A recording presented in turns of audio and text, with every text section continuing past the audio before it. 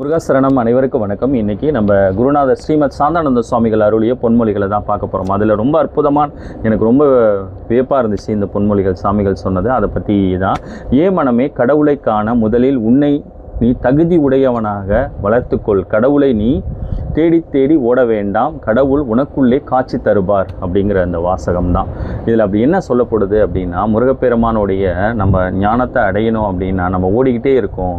இந்த கோயில் அந்த கோயில் அப்படி ஓடுறோம், அவங்க பேரை கேட்குறோம், அவங்க சொல்கிறது உபதேசம் அப்படி இப்படின்னு நம்ம ஓடுறோம். அப்படி நமக்கு பெரிய மாற்றம் கொடுக்காது. இந்த மனம் இறைவன் பால் நமக்கு செல்லணும் அப்படின்னா முதல்ல நம்ம நித்திய பூஜையில் நம்ம உட்காரணும். ஒரு மணி நேரம் உட்காந்து நம்ம இப்போ பிரம்மமுகூர்த்த வழிபாடுலாம் நாங்கள் படிக்கிறோம். அது மாதிரி 2 வேளையும் படித்தோம்னா இப்போ மனம் மனித மனம் மாறி தெய்வ மனம் பிறக்கும். அந்த தெய்வ மனம் தான் உங்களுக்குள்ளே இருக்கக்கூடிய இறைத்தன்மையை உணர்த்தும்.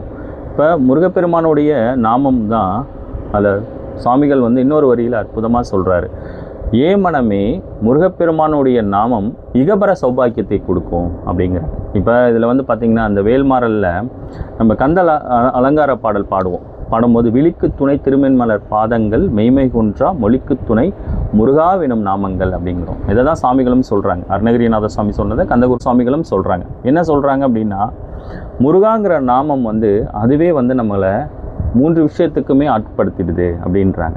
அப்போ இவ்வளோ விஷயங்கள் இருக்கும்போது நம்ம ஓடிட்டு போய் எதையுமே நம்ம பெற்றுக்க முடியாது. முதல்ல நமக்குள்ளே என்ன இருக்குங்கிறத முதல்ல நம்ம உட்காந்து அந்த தெய்வ மனமாக பாவிச்சாதான் இந்த கடவுள் என்ன தன்மையில் இருக்குது, இந்த டிவைன் எப்படி வேலை செய்யுது அப்படிங்கிறது உங்களுக்கு புரியும்.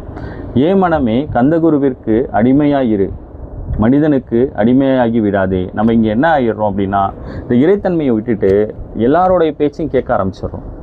அவங்க அதை சொன்னாங்க அப்படின்னு ஒவ்வொருத்தவங்க பேச்சை கேட்டு நம்மளே குழப்பிக்கிறோம். முதல்ல கடவுளுக்கு நம்ம அடிமைத்தன்மையாக இருந்தோம்னா இந்த இறைத்தன்மையை நம்மளை முழுமையாக வழிநடத்துது அப்படிங்கிறத சாமிகள் சொல்கிறாங்க. மனமே துன்பம் ஒன்றே உன்னை நல்வழிக்கு கொண்டு வரும் தோழனாவான்.